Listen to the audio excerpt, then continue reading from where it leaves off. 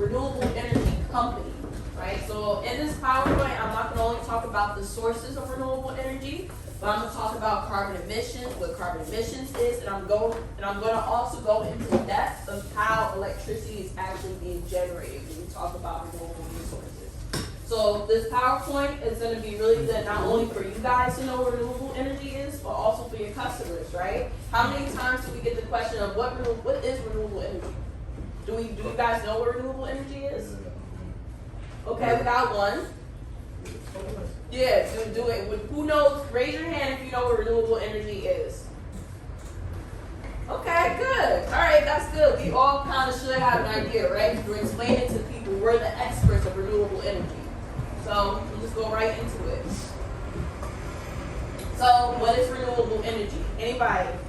What is renewable energy? The energy ran by windmills, hydro, and solar. Exactly. So renewable energy is energy produced from sources like the sun, wind, and water, or natural resources that cannot be replenished or can be replenished and do not run out, right? Meaning that it's an affinity, well, we hope at least, affinity amount of this natural resource. That's why it's renewable, right? You can renew, like when you renew your lease, right? You're continuing the lease the next year. So it's renewable because you can renew the natural resource. So renewable energy can be used for electricity generation, space, and water heating, cooling, and transportation, right? Because electricity can be used for all those as well, but because it's renewable energy, we're using natural resources to reduce the electricity. Does that make sense? Ooh. So what is renewable and what is a source of renewable energy? Solar panel? Solar, so sun. A dam. Say again? A dam. A dam, okay, water. Boom, y'all all got it. So sun, water, wind. So now I'm just gonna go in depth of how each is actually transported to renewable energy. How it's actually sourced from sun, water, and wind. So sunlight can be produced by electrical energy by using a photovoltaic cell. Now I know y'all probably what the hell that means, right? So I'm gonna break it down, right? So the thing in science, a lot of prefixes means the same thing, and that's how you kind of figure out what the term means. So photo in science means light. So phototon, a light cell. Photosynthesis, getting food by the light, right? Okay. So photo, light, voltaic, volt, electricity. So the amount of volts in the battery, that's how many electricity it has in the battery, right? So you put the two words together, light and voltaic, you get electricity generated by light, right? So voltaic cell is an energy harvesting the technology and converts solar energy into useful electricity through a process called the photovoltaic effect. Meaning, boom, the same thing, you're transporting electricity from light, aka the sun. Does that make sense? Mm-hmm. Yeah. Cool. So water, hydroelectric, same thing. Hydro means water, electric is also voltage, right? So hydroelectric energy generates electricity from flowing water and using turbines and other devices. Does that make sense? Yeah. Cool. And can be generated from water, so dams, right? Or man-made installations. Now wind. Wind gets a little bit tricky, so I'm gonna also show a video just because it's showing the actual like process and the technical like equipment that you use for windmills. So wind turbines turn wind into electrical energy, right? That's what they all do. They're turning wind, sun, water into electrical. So when the wind blows, the turbine blades spin clockwise, capturing energy. This triggers the main shaft of the wind turbine connected to the gearbox within the cell to spin. I'm going to show it. It's going to.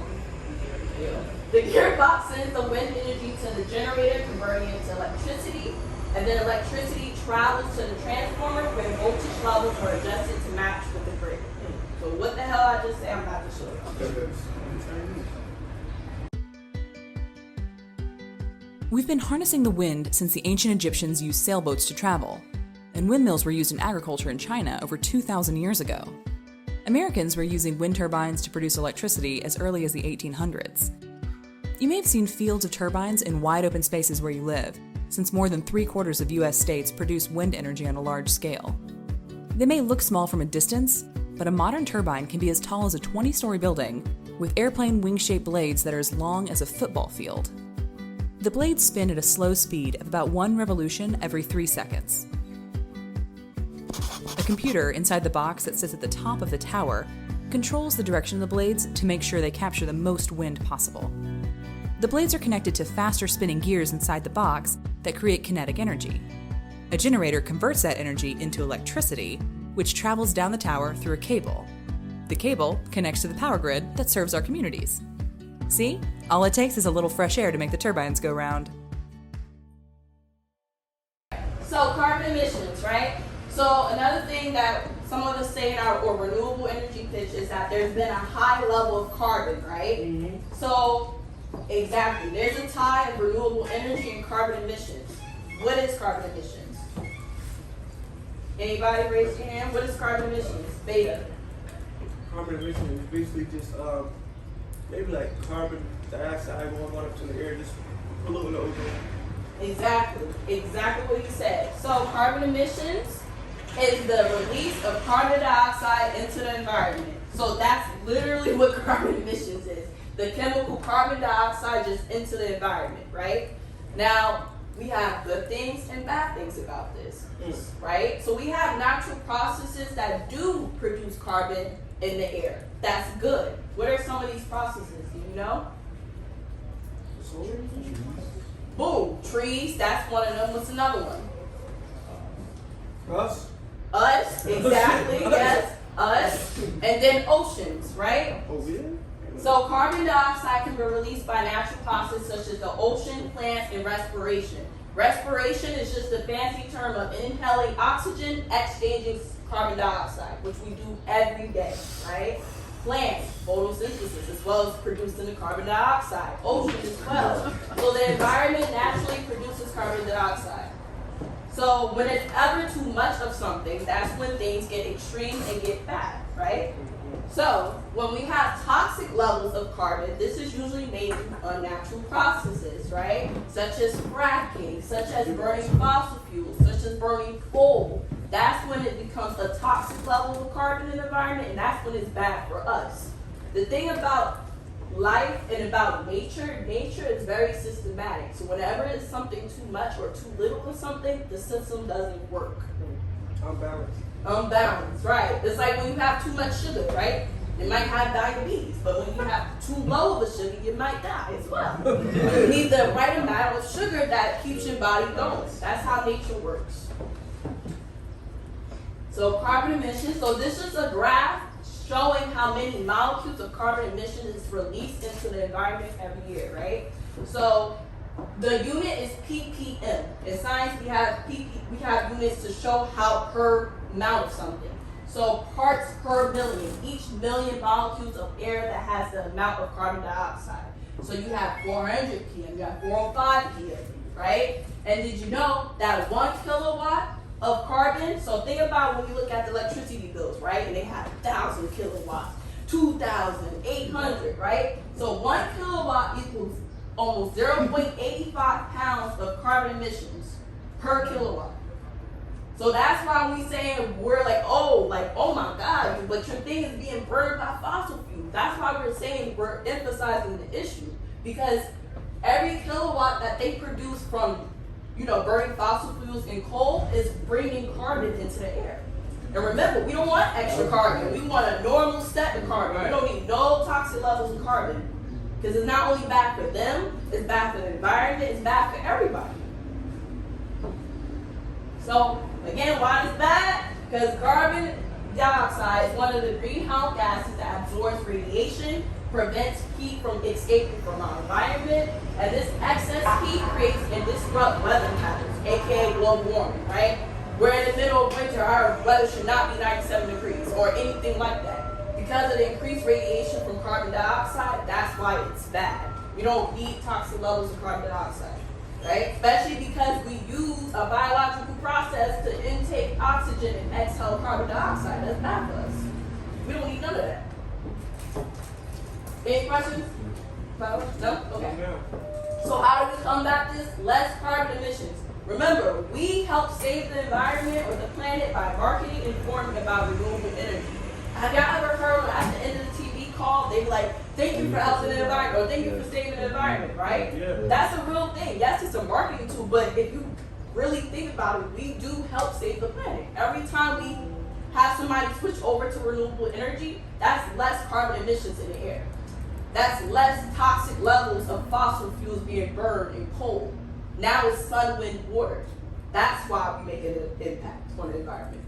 Y'all understand that? Yes, yes. So boom. What's the benefits? Enhanced reliability, security, and the resilience of the nation's power grid, right? Job creation. Think about it. Without Empower, where will we all be right now? I'll be, we don't want nothing. Exactly. So it created jobs into renewable energy, and not even just as our part as renewable consultants, even solar panel experts, right? People to work into renewable energy, to research renewable energy. That's how it's creating jobs.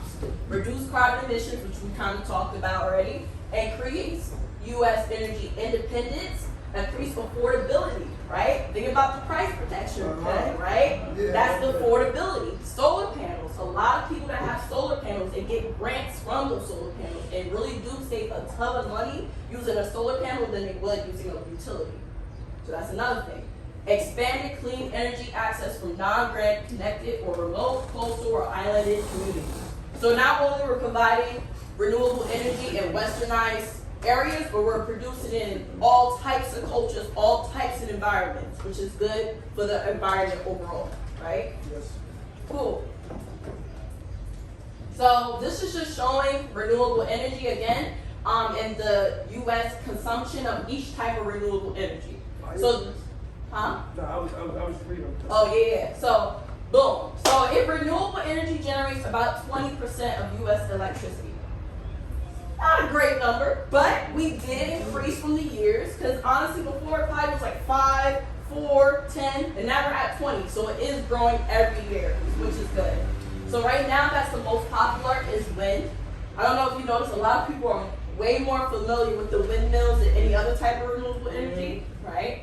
Then you have hydropower, which we talked about before, solar panels, which is voltaic cells, biomass, and geothermal. So geothermal, same thing. Geo means geography, so like the actual earth. Thermal is radiation heat. So it's just talking about how it's being generated by the geography or something, the thermal radiation.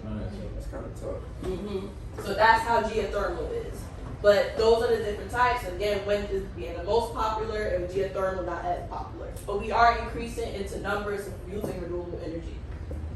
Ooh, I feel hot. Okay, so our mission as consultants, right? As energy consultants, we are responsible for reducing the carbon footprint and the energy usage of a business or residential home, right? We have B2B and we have residential. But all of us right now, our job is to pretty much reduce it in residential homes.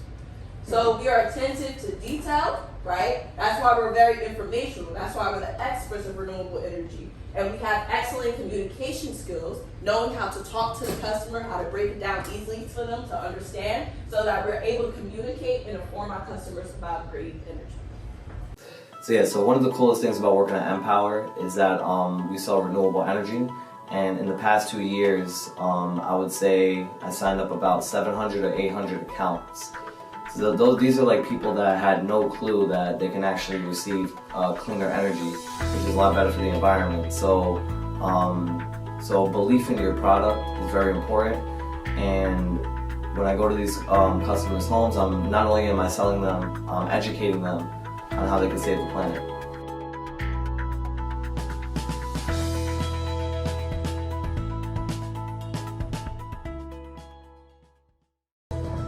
So exactly, a lot of people don't even know that they're saving the environment by getting renewable energy.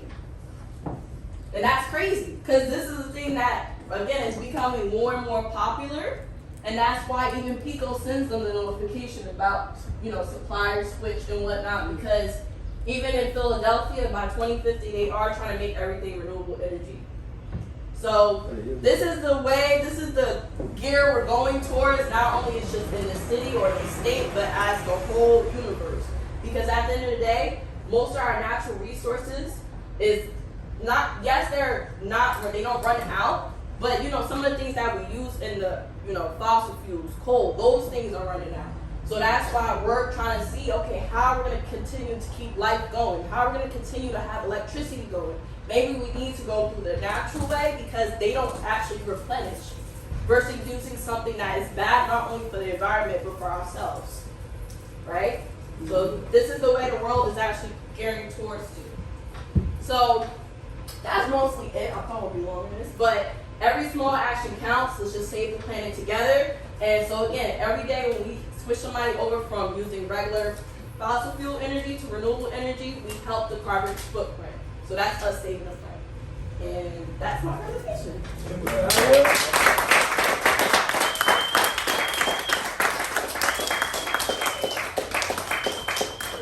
So any questions, concerns, feedback?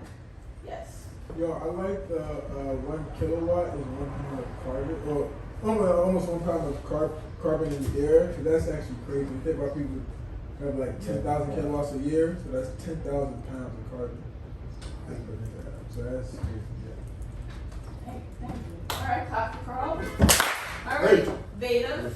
I feel as though what I took from this is I learned more and I can explain more and just solidify myself as an expert. Because when I first started, I got stuck on like, what is renewable energy? Like, what is this? They hear it on the calls, they might think of renewable energy. But now I'm explaining to them in my bill breakdown, not only getting that renewable energy, me saving the planet, getting cleaner air, not only helping you, helping your neighbors and your kids. Like, I break everything down for them. Right, absolutely. One clap for Veda. All right, Gabby, go ahead. I liked how you explained like how it's actually like the carbon is actually produced and how that's like dangerous. Because I feel like explaining that to customers will get them to actually take it more seriously. And I also just like how you decorated the signs. Yes, definitely. Any more? Yes, so I thank you guys for listening to me and giving me the time and attention to present this to you guys. I hope this presentation not only informs you for what renewable energy is, but like Bea said, you can bring this to your customers, right? Especially to our logical ones. You have some information of what actually renewable energy is, and not only for them to close sell, but so you could know what it is. That's what I feel about. Right, juice, right. So now you know, when you feel more comfortable about a topic, it's easier to talk about it. Right? Juice. All right, thank you guys. That was pleasant.